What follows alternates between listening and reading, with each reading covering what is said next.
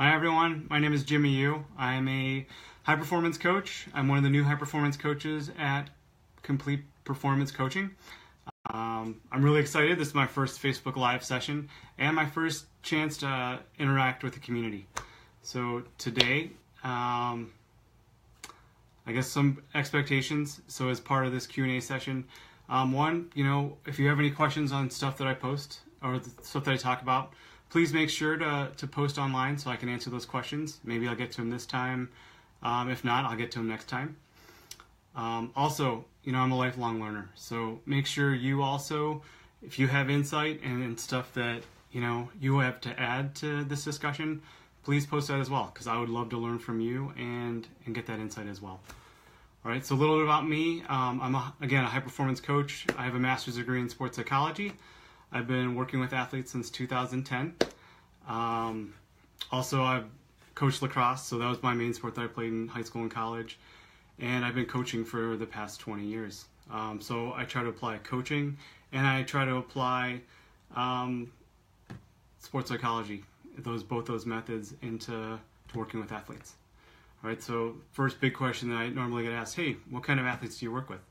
And I've been fortunate, I worked with all levels. So worked with professional athletes, Olympic level athletes, elite level athletes in general, high school, college, youth, and master's level athletes. I've worked with them as well. So types of athletes. So to break it down even more, individual sports. I've worked with MMA fighters, slopestyle skiers, snowboarders, motocross racers, those extreme sports athletes, wrestlers, velodrome cyclists, fencers, crossfitters, other martial artists, skateboarders, gymnasts, rowers, tennis golfers, horseback riders, and I include poker players in this as well. So a wide range of individual sports, pretty much a lot of the individual sports, right? And team sports, football, basketball, lacrosse, baseball, volleyball, soccer, softball, cross country, track and field, and swimming. So normally, I think most people are like, oh, those are individual sports. Those last three, cross country, track and field, swimming. But any coach I talk to, they're always like, hey, we're a team sport. They're individual athletes competing for individual times, but we're all team sports as well. All right. So if you want to know more about me, there's a podcast with Rebecca interviewing me. So you can take a chance, listen to that, and you'll learn more about who I am. All right. So today, for today's Q&A session, I'm going to focus on team sports and really what happens when you have to switch teams. And today, again, I'm going to focus more on youth. So with that question, what happens when I have to switch clubs? Maybe I outgrow a team and I have to move up a level. Maybe I just decide that I want to move to a more competitive team. All right, and what happens maybe after a while? I'm playing on it. I realize I'm starting fresh. I don't have any friends on the team. I start to develop some anxiety. So what do I do, right? And so what I'm going to do today, I've worked with quite a few athletes that have had that problem come up with that anxiety. And I'm going to create like a little vignette. I'm going to create a little example based off of all these athletes that I've worked with. And today just give you like a first level kind of answer of way of kind of introducing and dealing with moving on to a new team. All right. So today, I'm making up this athlete. It's from experiences. This person, and I wrote it down, so I'm going to read from it for a little bit. Her name is Josie. All right. Josie's a 13-year-old lacrosse player. She's played lacrosse since she was 5 years old, and for the past 6 years, she's played on the same club team. She's developed a lot of close relationships with her friends, teammates, with her coaches, with her teammates. And, she had a really hard time letting go. But as it turns out, the club she played for doesn't have a middle school team. So she had to move up. And, her coach thought really highly of her. And it's like, hey, Josie, why don't you try out for this team? They're really competitive, but I think you have a shot at this. You're a really good player. So she took his recommendation, went and played on this team. Or went and tried out, and to her surprise, she made it. She made the team. She was super excited. She's like, man, I get to play with these really good athletes. I'm on this really good team. Like, I'm so excited, right? But as she thought about it more and she kind of started out, she's like, well, it's great, but none of my friends are on this team. And, I don't really know the coaches. So I'm kind of starting over, and this is what's tough. Right? So she starts out, practice is going well, first couple weeks is going great. All of a sudden she's like, Mom, Dad, like, I kind of have a stomach ache. I don't really want to go to practice right now. And, parents talk to her a little bit more, and they find out, Mom, Dad, I don't have any good friends on this team. All my good friends, I left.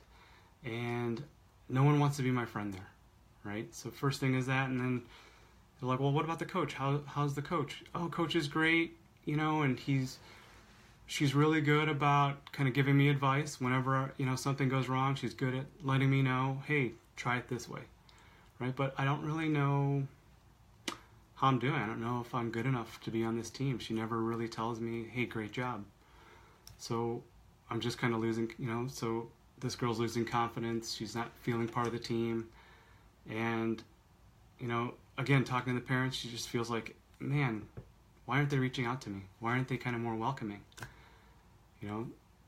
So I'm going to stop there with that kind of example. And so what do you do in that moment? And a lot of times, like as a new player, we're expecting kind of the team to kind of embrace us. And sometimes, the team's on an automatic pilot. Everyone, there's a lot of returning players maybe, and they just kind of forget, like, oh, there's new people. They'll just kind of get into it, right? So for this person, this athlete or this example, one, they're finding it stressful because they're not reaching out. Friends, these kids aren't reaching out. They don't know them, so they feel uncomfortable. So my first advice to athletes that are new, try to get to practice early. Try to put yourself out there. Talk to new teammates. Pick someone to warm up with. Say, hey, you want to warm up with me? You want to toss the ball around? Maybe you realize that some of your teammates actually go to school with you, and try to build relationships outside of school. For the parents, in this case, you can help your kids by talking to other parents. Maybe planning a kind of group bonding session. Maybe it's pizza and laser tag. Maybe it's just a sleepover. Or maybe it's as simple as, getting carpools together so that, kids on the team can just start riding with your kid and getting to know them, right? And the second, getting to know the coach. So again, sometimes coaches, they're just not, they're good at giving advice. Sometimes they just forget, like, hey, I need to give more of that positive, specific advice, right? Or just positive, specific praise. And if they're not, as the player, go up to your coach. Say, hey, coach, like, you're giving me a lot of great advice. And, I don't know how I'm doing. Maybe you can help me, and we can kind of practice this stuff before practice. So one, by just asking the coach for help, it's creating that opportunity just to get to know them on a more personal basis. Secondly, it's okay to tell your coach, like, you're unsure, and ask them for advice. Ask them how you're doing. They're not going to think less of you. And, maybe that'll remind them, hey, start giving that advice. And again, so turning it around for coaches, remember, every athlete needs that advice. Every athlete needs that positive interaction, that positive specific praise. All right. So I'm going to stop there. It's actually pretty quick.